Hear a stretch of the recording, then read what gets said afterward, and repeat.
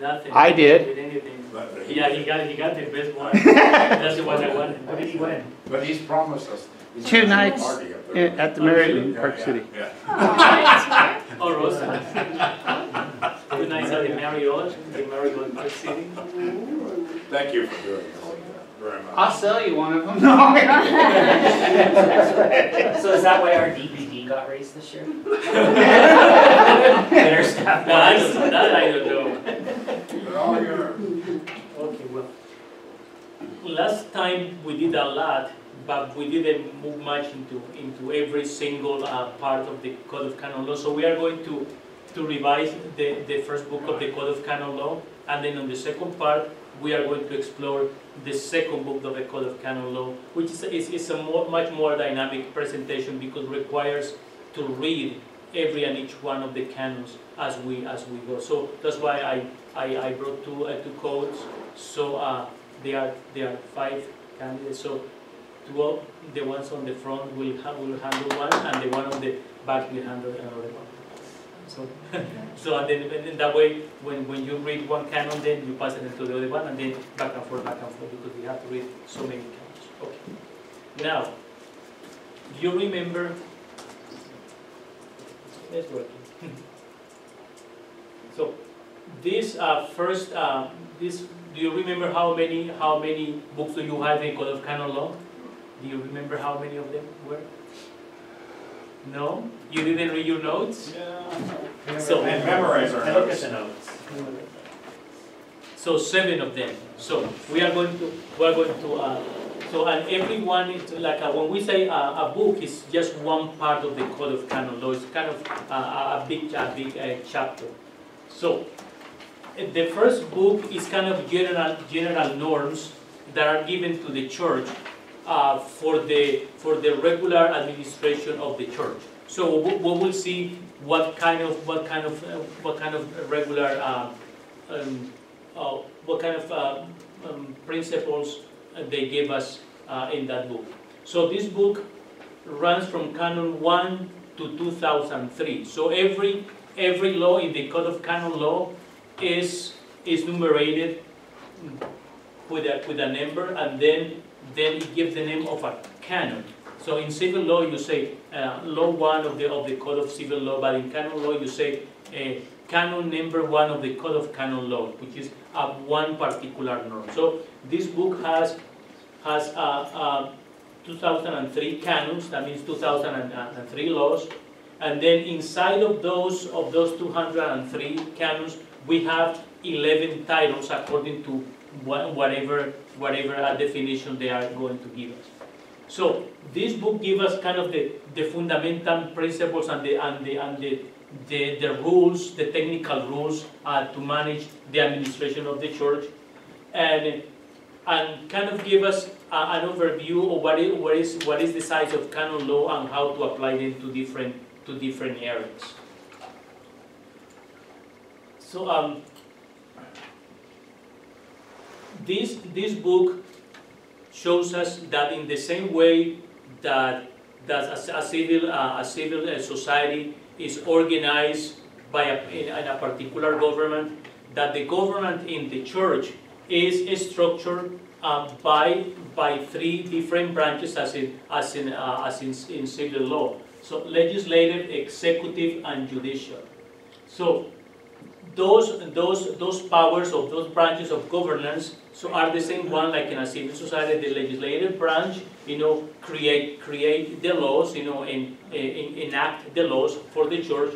The executive branch applies the laws, and the judicial branch is a particular branch in charge of certain decisions in the church. How that is transferring to the regular life into the church? Then we have what we call it the munus, which is kind of a munus is a function. So that is expressed in 3 different functions of the church, which is the munus regendi, which is the governing of the church, the munus docendi, which is the teaching of the church, and the munus sanctificandi, which is the sanctifying function of the church. of these three ones, the one that takes more time to study is the sanctifying part, which is all the sacramental part of the church.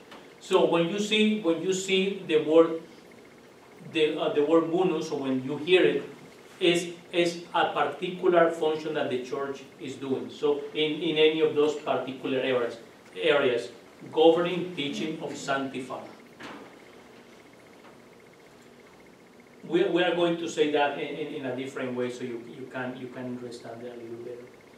Now, in this particular book, we play also with two different concepts of law.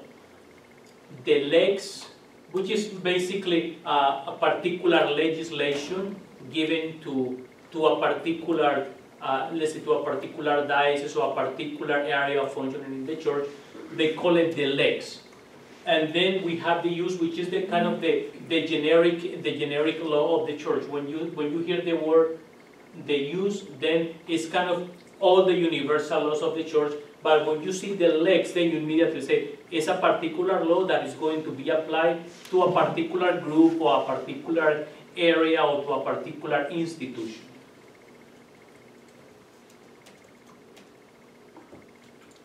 So now let's take one of every function that we have mentioned: the governing, the sanctifying, and the teaching. So the munus regendi keeps in mind that the church is a spiritual community. However, because some people say if we are here in the church for spiritual reasons, why do we need to have all these laws that are basically created by human power? So the church is a spiritual community. However, because the members are all human beings, we need visible structures and in order to accomplish those purposes that this spiritual community has. These purposes are guided by the Holy Spirit. However, the structures are needed in order to accomplish the purpose that the church has from the beginning. So this hierarchical structure, to a point, accept democratic forms. So that can become very political because but if you pay attention, you realize, well, we have elections in the church in different levels.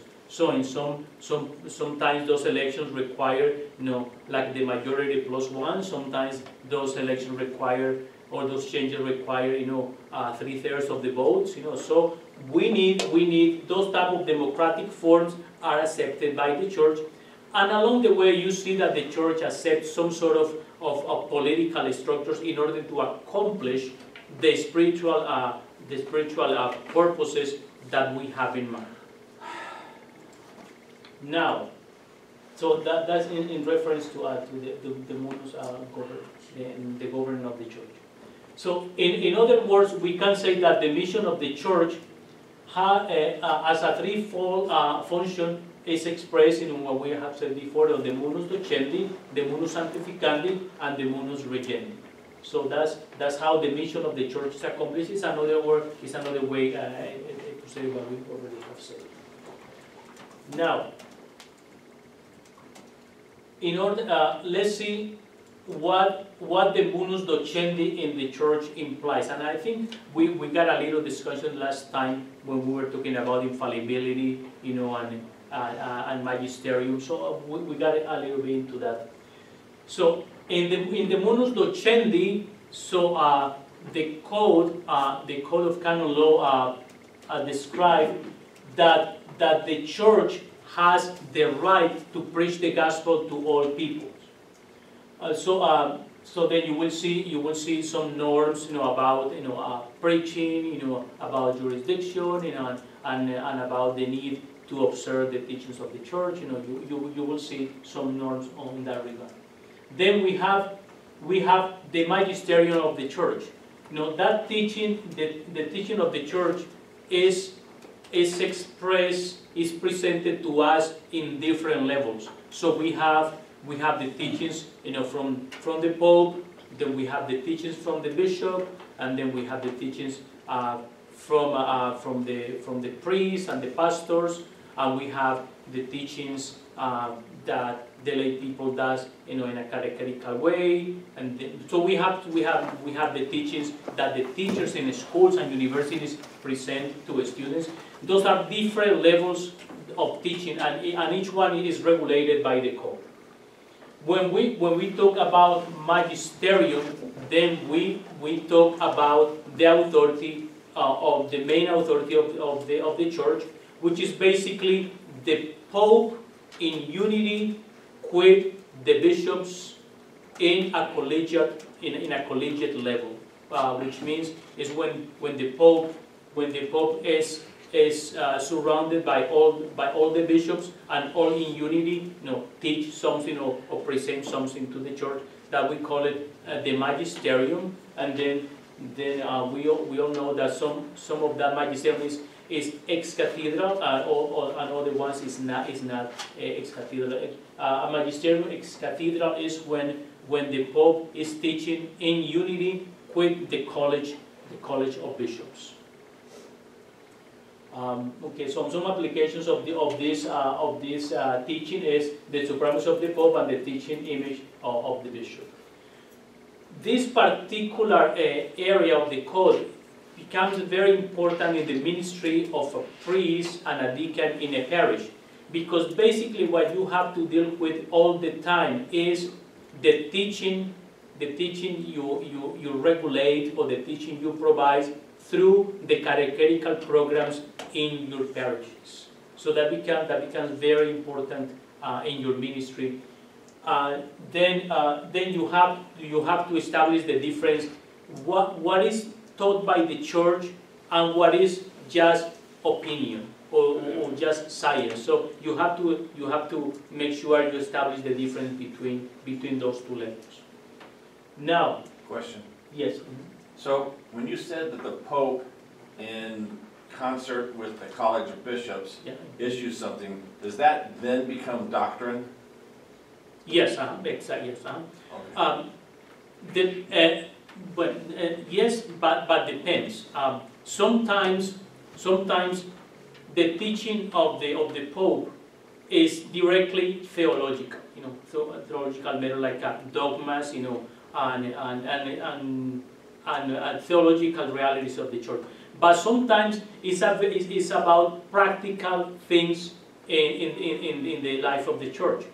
For example, when the Pope speaks on contraception. So it's something practical that has its foundation in Catholic theology. So not all the time when the Pope teaches is necessarily in theological matters. Sometimes the Pope speaks on the weather, climate, speak on poverty, speak on justice, speak on political systems, or speak on oppression of certain groups in the church, in certain particular areas. So those are more practical things, but that are not necessarily doctrine of the church.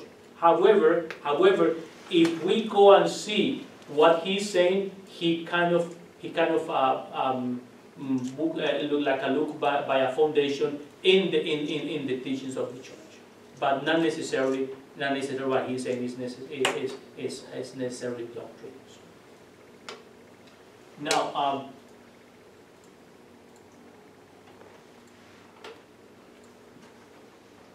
the first function was the teaching. Now this is the munus sanctificandi, which is the sanctifying mission of the church. And the church accomplished that mission especially through the liturgy and the sacraments, which is probably the most visible way that the church shows its face to the people. When somebody says, "Oh, I went to church," they mean they went to a liturgical act. Not many people say, "Oh, because I read a book," or because I went to a lecture, or it's because they had they have been in a liturgical function. So that's why this function becomes very, very important in the teachings of canon law, because it regulates all the liturgy and the sacraments. However, the code is clear in the beginning that not every liturgical action and not every part of the sacrament is regulated through the code, because it's impossible. So the code, you have to refer yourself to further publications regarding particular aspects of all the sacraments and all the liturgical celebrations. So in addition of the liturgy and the sacraments, there are other means of sanctification. So and we have prayers, and we have the divine office, penance, work of charity, veneration of the Blessed Virgin Mary, and the saints. So, and some of those are called sacramentals, but not sacraments. And then we have some applications to CIA program, the requirements for reception of the sacraments, you know, and all different regulations to attend or to assist to certain liturgical celebrations. That all is regulated by the Modus Sanctificandi, which is the mission of sanctification in the church. And now at the Munus Regendi, we already have said a little bit about it. So the authority of the church, you know, is expressed in those three different levels: legislative, executive, and judicial, in order to build up the kingdom of God. Then we have the Pope and the Bishop, which they are basically the legislative branch. The Popes, Bishops, and the Roman Curia are basically the executive branch, and the Pope, Bishops, and the Tribunals of the Church are the judicial branch. So that's more or less how it is distributed. The Pope and the Bishops, you know, in the legislative branch, the Pope and the Bishops, you know, use a lot of consultants when they issue some legislation. So it's not like the entire legislative branch is totally monopolized by the Pope or the Bishop. We have consultation that is extensively done through many people that don't have a sacred order, so the lay people that assist the Pope and the Bishops. In all the different levels, not only on the Roman Curia, but in every diocese and in every archdiocese. Now,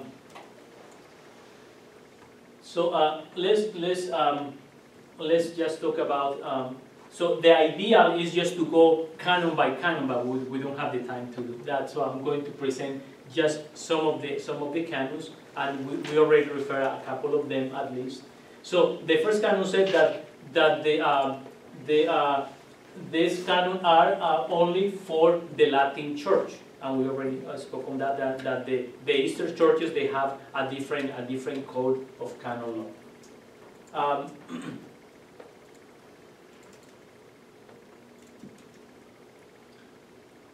So you know that the Roman Catholic Church consists in 22 autonomous Swiss churches, and the Latin Church observes the Roman rite of liturgy. But then the Eastern churches are different. So the 20, so we are only one, and the other 21 are Eastern churches, sui juris, that observe 5 different liturgical rites. So I'm going to show you all those liturgical rites, so you can read it in the screen, and just read all of them and let me know if you identified any of them, or if you have been in contact with any of them.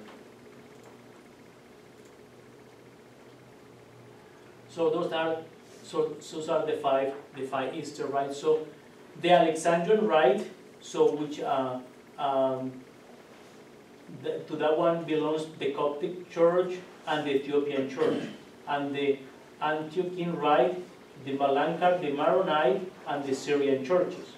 And then the Byzantine rite, which is the biggest one in that group, which covers the Albanian church, the Belarusian, the Bulgarian, the Greek, the Italo-Albanian, the Yugoslavian, Melkite, Romanian, Russian, Ruthenian, Slovakian, Ukrainian, and the Hungarian churches. And the Chaldean Rite, the Chaldean and the Malabar churches, and the Armenian Rite, which is the Armenian church.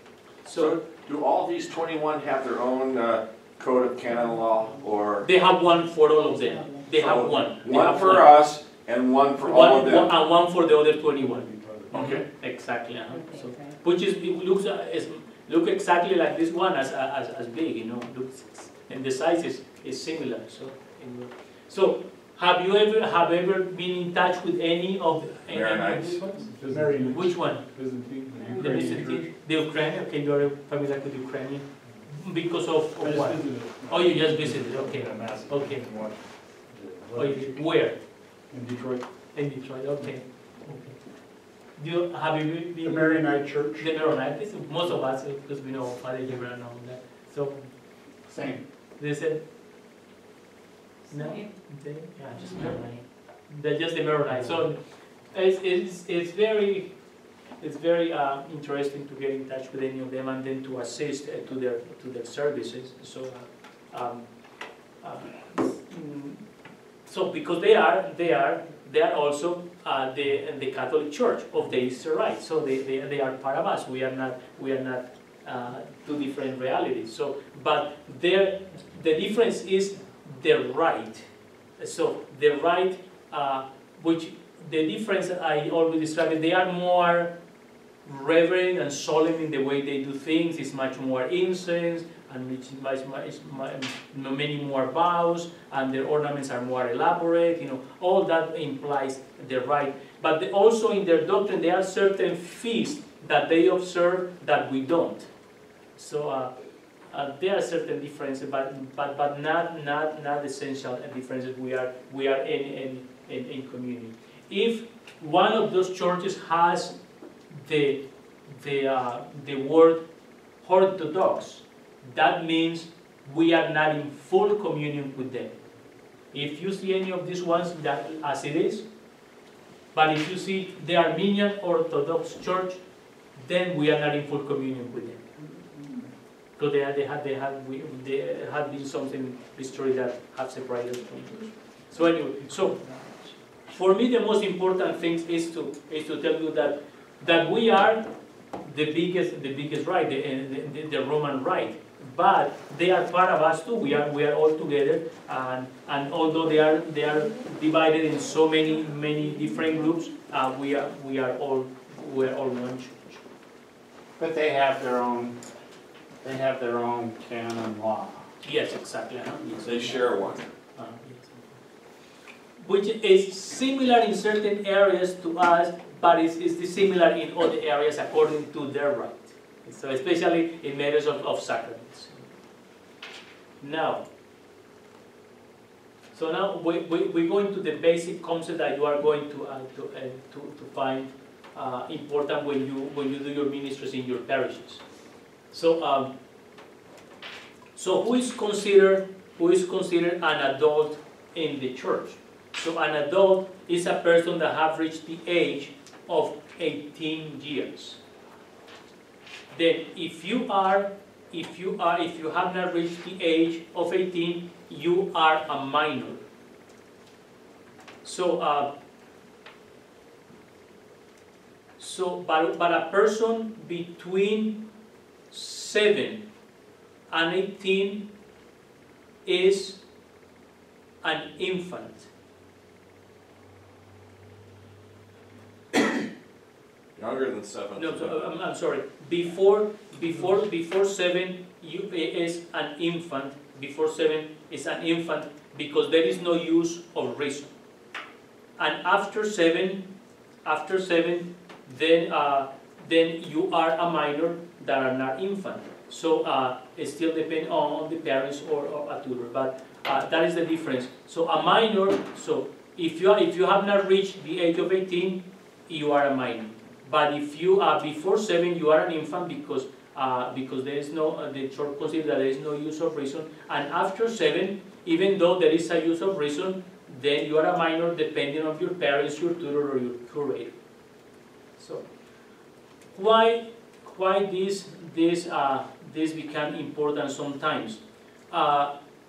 For matters of baptism, sometimes people come and ask, we want to baptize this child, and then one parent is in favor and the other parent is not, and one parent has custody, the other doesn't. So then you have to see if you are able to do that, if you are able to accept that child for baptism.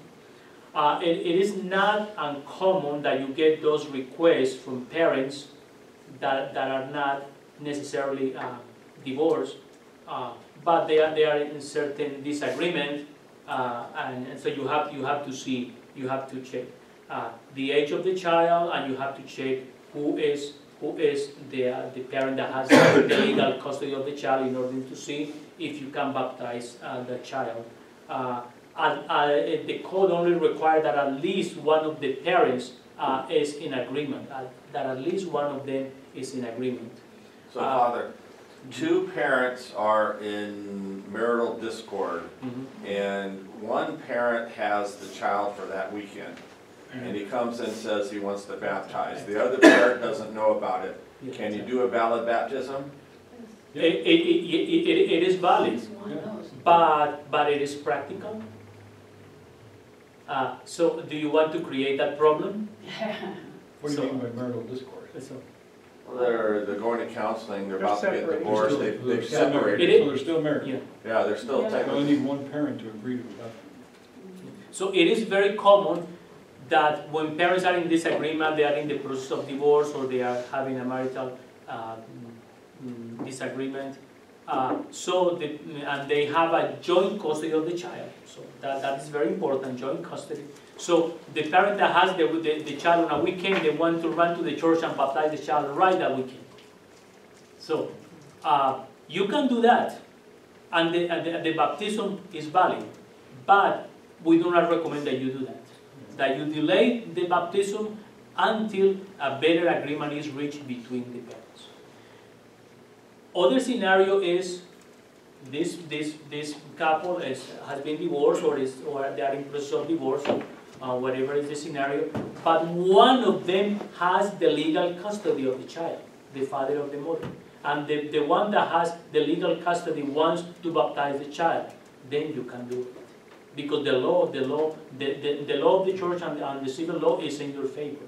However, if the one who doesn't have the custody wants to baptize the child, then you're not supposed to do it. You cannot do it. If you do it, the baptism is valid. It's still valid. Yeah, but then you have to face. I have been involved in those type of things a couple of times. It's not fun. Does the bishop set down policy of what he wants to happen when there's disagreement between the parents? Not necessarily, but there are some basic norms in our directives, and then you have to refer yourself to the Code of Canon Law. So does every diocesan do it the same way? Some dioceses have much more elaborate norms than others. Depends, bigger dioceses or churches, they tend to be a little more specific on the norms they have about this. But the consensus is that if there is a disagreement between the parents regarding the baptism of a child, then you delay the baptism until the parents can reach some sort of agreement. Until some sort of agreement can be reached, so you delay the baptism. That might not ever happen. Yeah. Then you have to wait until the child reach a use of reason, so he can ask the baptism by himself or herself. That's when this concept start playing a little bit. Now we have universal laws and particular laws. So universal laws are the ones that are in the code that applies to every single person, to every single diocese and archdiocese in the world. And then we have particular laws. Those particular laws are specific to every diocese or archdiocese. You basically find them in the diocesan directives, or the bishop announced them here when he does it. He announced it through the Intermountain Catholic. So universal laws and particular laws. So bishops can establish in every diocese particular laws that are not against the universal law. For example, the bishop cannot issue a particular law changing the age of marriage, because that is against universal. But the bishop can enact certain laws according to need. The most recent one that most of the bishops did it in the United States was to issue a particular law requiring that every priest and deacon and lay person coming from another diocese needed to have a letter of surability for a ministry. So if you as a deacon are invited to the Archdiocese of Detroit to do a presentation or to do a wedding or to do a baptism, then you request a letter of surability of ministry because Detroit has that particular law, and then we have it too. So it's a particular law that has been enacted by most bishops after the charter regarding abuse of minors, and young children, in 2001. Now this one is very important, and I will explain you why. Who is a resident, who has a domicile, and who doesn't? So, if you have been living in a diocese for at least 5 years, then you have a domicile. But then there are people that they have not been living in the diocese for 5 years. So what about them? So if you have been in a diocese for at least 3 months with the intention to remain in the diocese for much longer than that, then you have a quasi-domicile. Then we have these other people. They are transients, they are visitors. They don't have a domicile or quasi-domicile in the diocese. And then we have the vague, that they don't have residence. Why these concepts are very important? This couple come to you and they said, we want to get married. So you live here in this parish? Yes, we just moved a month ago.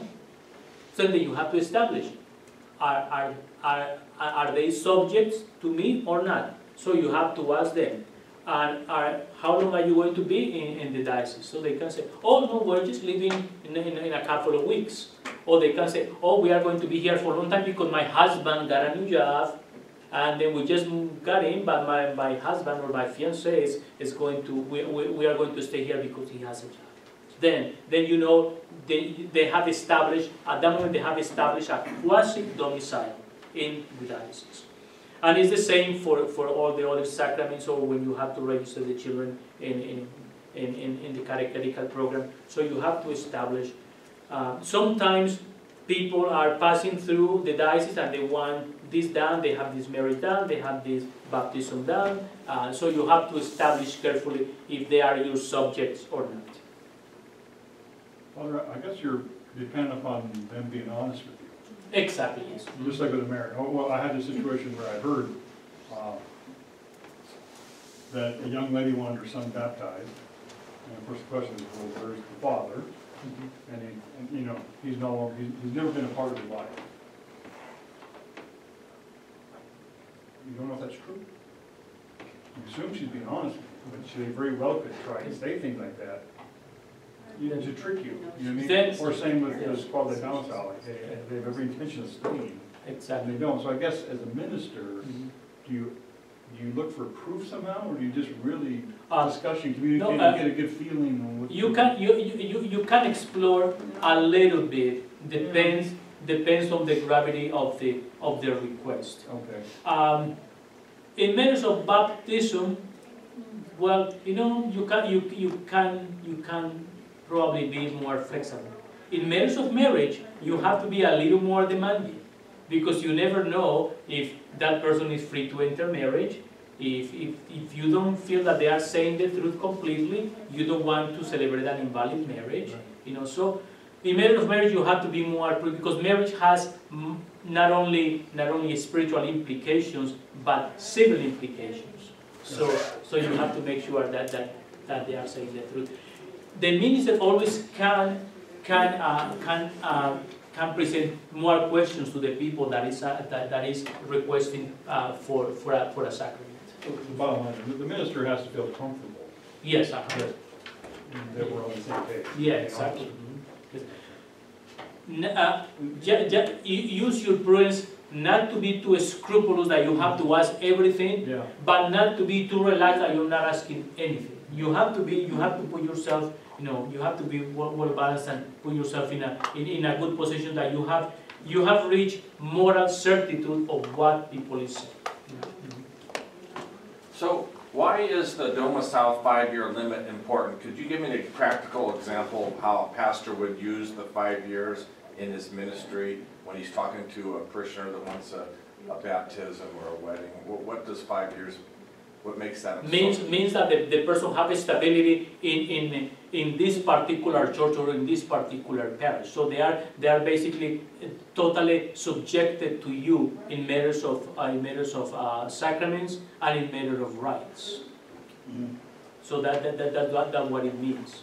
They are totally subjected to you, and they can exercise their rights as Christian faithful, and you have to be careful that they can exercise their rights, and they can also observe their duties in the church, because it's not only a matter of rights, but rights and duties in the church. And we will see it after this.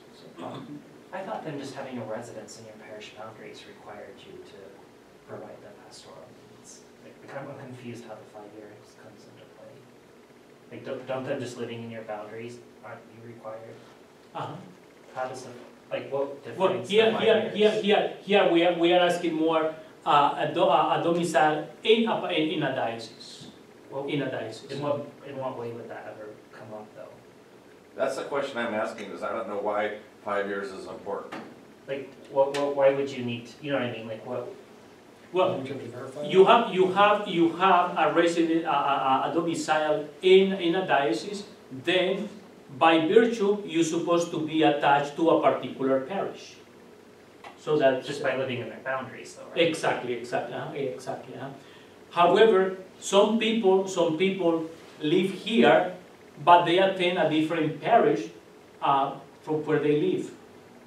Some people attend the cathedral, but they live in Sugar House area, but they have a domicile in the diocese.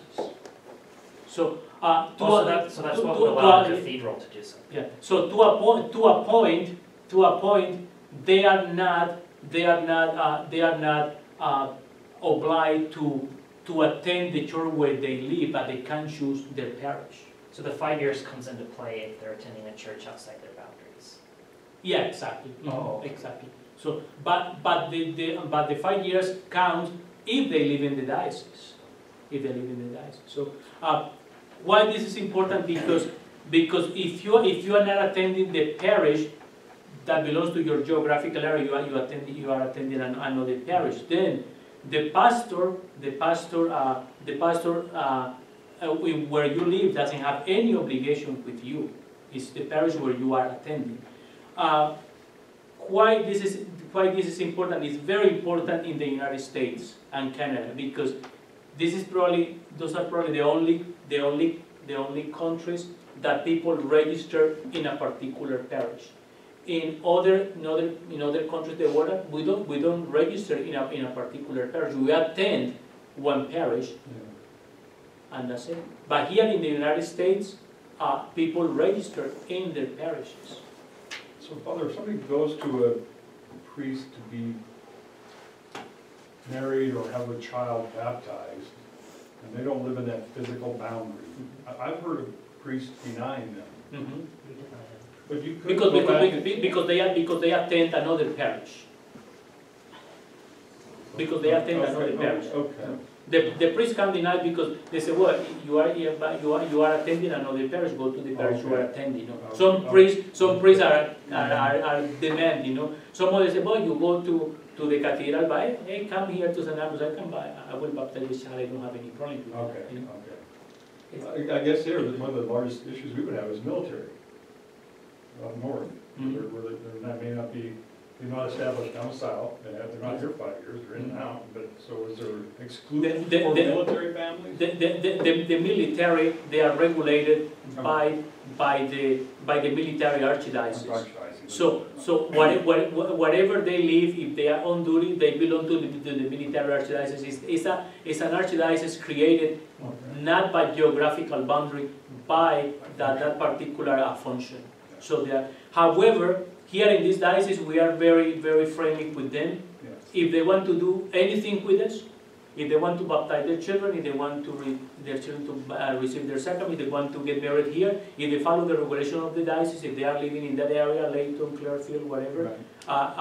and they want to do it, we don't have any problem with that. We have a very friendly relationship. Yeah. Other dioceses, they say, no, you belong to them, just go through them. Yeah, we So do a lot in yeah. St. Mary's up north with Yeah, the exactly. Air Force Base. So the people in the base, they can attend the base, or they Yeah. can attend St. Mary's, Yeah. or St. Holy Joe. Family, Yeah. exactly, and we are very friendly with them, so don't have any, once in a while there have been issues, but for most, it's a very friendly relation with the military archdiocese. Okay, now,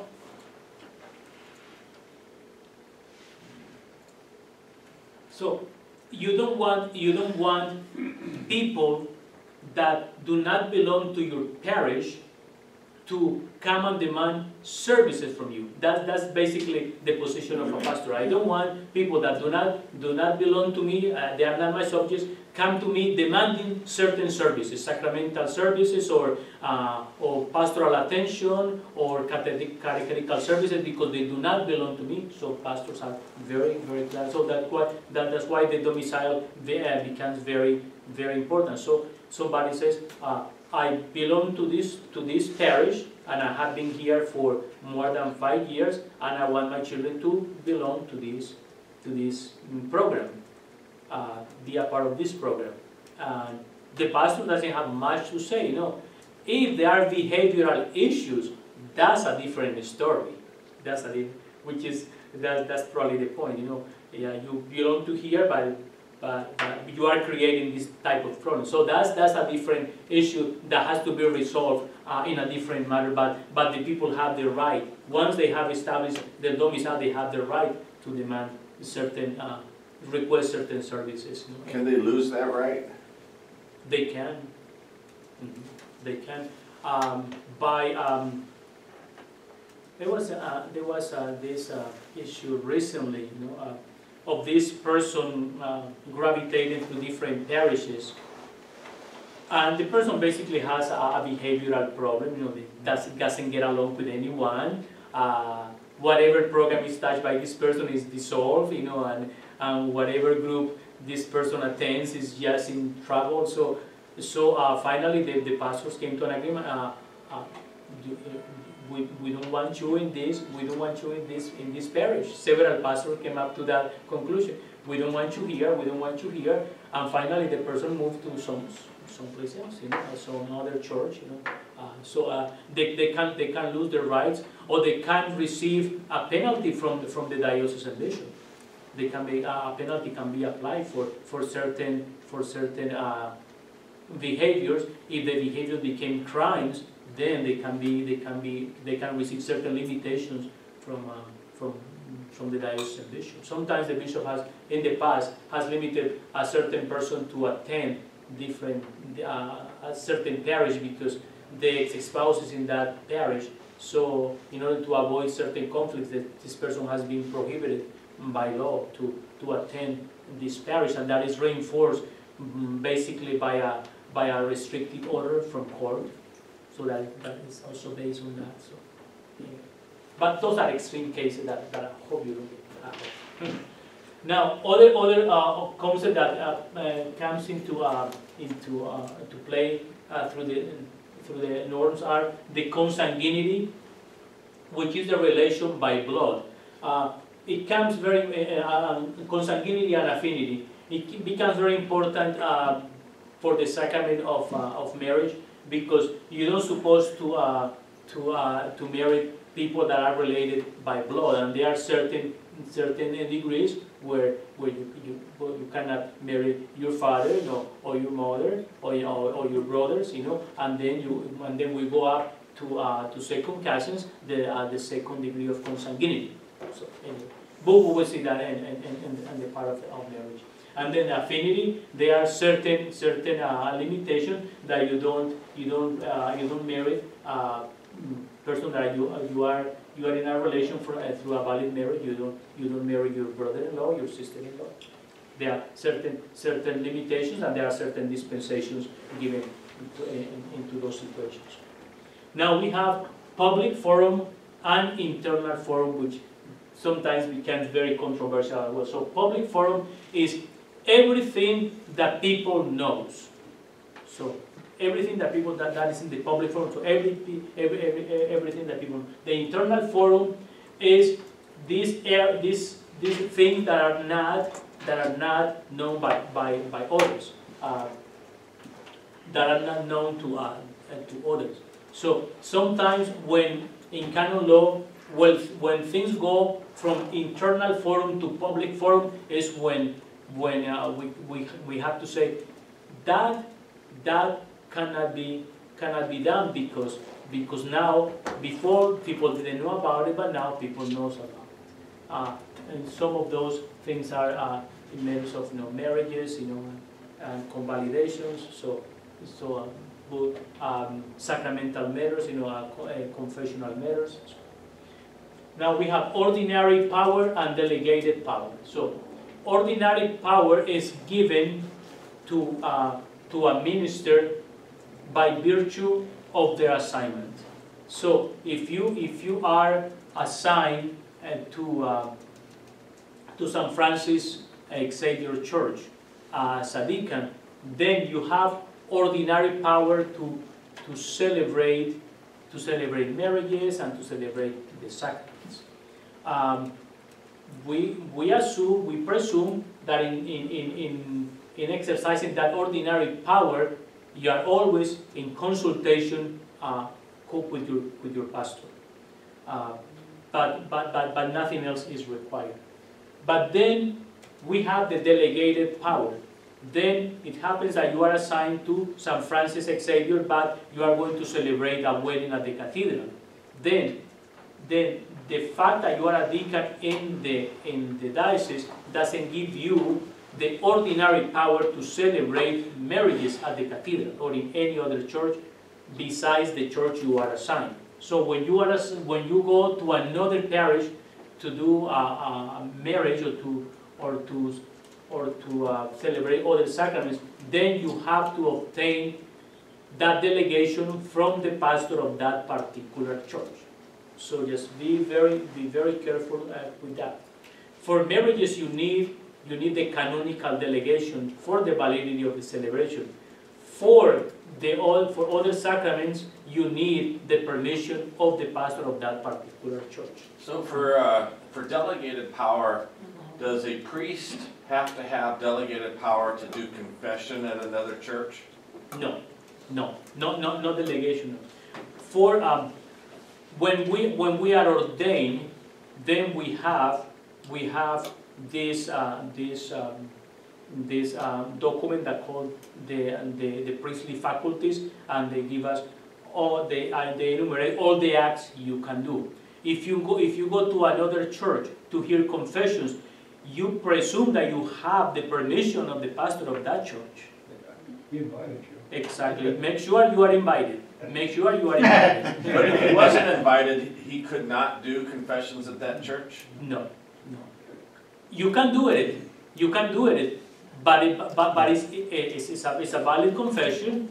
But it's illicit because you don't have the permission of the particular pastor that have that power in that church. Let's see. If I go to Thomas More, let's say because I'll go and visit somebody else there. And then somebody asks me, oh, there are 10 people in the church. Can you come and hear confessions? I will say, let me check if I can find Father Evans, so I can ask his permission to do it. I will not just walk into the church and hear confessions, because that would be, that is just basically a lack of courtesy, a lack of basic courtesy. Then if somebody tells me, no, we have this group, can you come and hear confession? So I call Father Evans and say, hey, Father, I have these people, oh, I'm here playing golf or whatever, I'm shopping. Yeah, sure, go, no problem. So then you are fine. So What if he said, stay away from that group, we don't. Okay, so he's not giving you permission, exactly. Yeah, exactly. because that group shouldn't be meeting. Exactly, Yeah. exactly. Sometimes that happens. Sometimes the pastor think, the priest thinks they are doing a good favor, and then these people is a problematic group. Like, so you have to use your prudence, you know. But for marriage, you need to make sure you need to have the delegation in writing, and the prenuptial investigation that we will study, and when we study the sacraments, give you that particular space where the pastor delegates you. They put your name and say, I delegate this deacon or this priest, and my name is, and then the pastor. So that delegation has to be in writing. Oh, it can't be oral. It can be given orally, but it's supposed to be posted in writing. Let's say you are invited to do a wedding at the last minute, and then you get in touch with the pastor and say, you know, the wedding is this afternoon, and the pastor cannot sign the delegation at that time. The pastor tells you, no, it's okay, you go, and then when he comes, then he makes sure he signs the paper. So, but it can be given orally, but it has to be put in writing to a certain point. So it has to be in. So because orally, you know, words, you know, the wind just blow your words, and you He told me I could. and then he will not remember later. So make sure it's put in writing as soon as possible. Okay, now we already talked about legislative, judicial, and executive. Now, what is an administrative act in the church? So, an administrative act is an action within the church that have legal implications. So, what kind of administrative acts can you think in the church that have legal implications? Legally, no, in canon law and also in civil law. Marriage. Exactly, yes. Yeah. Exactly, marriage. The dedication or rededication of a church is an administrative act. The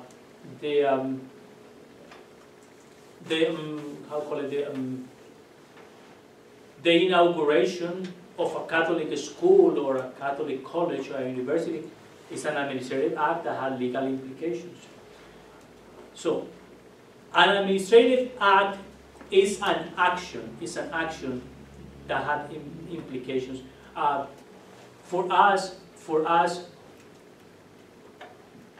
baptism is a sacrament that has all these legal implications in the church. So I wouldn't say in the beginning, oh, the baptism is then an administrative act. No, I would say baptism is the first sacrament in the church that has all these legal implications. I will elevate all the sacraments. I will elevate it to a more higher point. But in fact, they are actions. You know, the sacraments in the same way as administrative acts, they are actions of the church. Now, what is then a decree? Sorry. What is a decree? So a decree is an order of a judgment that communicates a decision that has legal foundation. So if we understand that administrative act is an action and a decree is an order or a judgment of a promulgation of a decision, then Whatever it comes after the decree, they are kind of different decrees, and every decree has different names. So that's why I want to mention all of them. Is excommunication a decree? An excommunication is an administrative act, and then the excommunication is communicated to you by a decree. Okay. You know, the action is one thing, and the way it's communicated to you. You see? So there is an action, a decision, and then that is communicated to you somehow. So the action is I am baptized, and then I am notifying that my baptism is registered in the church, and they give me a baptism certificate. So then I get an annulment in the church, and I'm notifying through a decree of annulment. And then I will tell you all these other names of decrees. Then, if you receive a rescript, so the rescript is a decree. It's a type of decree, and through that one is communicated that is granting you something. It's giving you something. A title, a grace, you know, they are giving you something. That is a rescript. Like Monsignor, would that be a rescript? Yeah, exactly. So, but for that particular one, it is a rescript that has a particular name. It is a privilege. But it's a decree, it's a rescript, but then for that particular purpose, then they have this communication that they call it a privilege. In other countries, it's very common. You know, in Latin America, it's very common. In Spain, Rome sends you this privilege, which is a decree, allow you to have the Blessed Sacrament in your particular chapel. You know, in Mexico, Latin America, people have haciendas and plantations. You know, and we call it fincas. You know, or anyway, different houses, you know, and for years and years they have a chapel.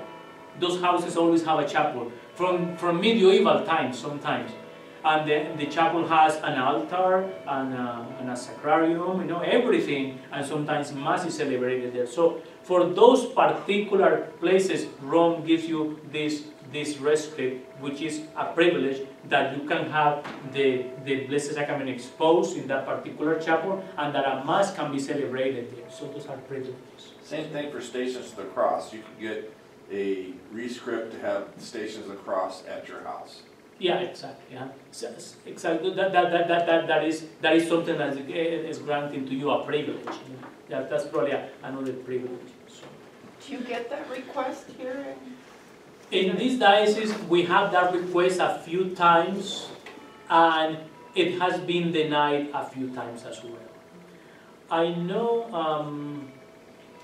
there are a few, I probably 2 or 3 people that have that privilege. But with Bishop Wester, with Bishop Solis, we haven't had that. But with Bishop Wester, we have a few times people requesting that. And the bishop was not comfortable with that, so the bishop denied. So because the proximity of the church, sometimes these places that have these little chapels is because the church is very far, or because they have that privilege for so long. So so the bishop granted it, and sometimes Rome granted it. It depends what kind of places are those. So that is a rescript that can be approved. Now we have a precept. It's another type of decree, but they call it precept. And this is a decree that prohibits you for doing something. A precept. So. So is it a penalty? It can be a penalty when we have a decrease from from I'll call it, I forgot the name, dismissal from the clerical estate. When a priest is dismissed from the clerical estate. Laicized? Laicized, exactly, which is that the word I didn't want to use.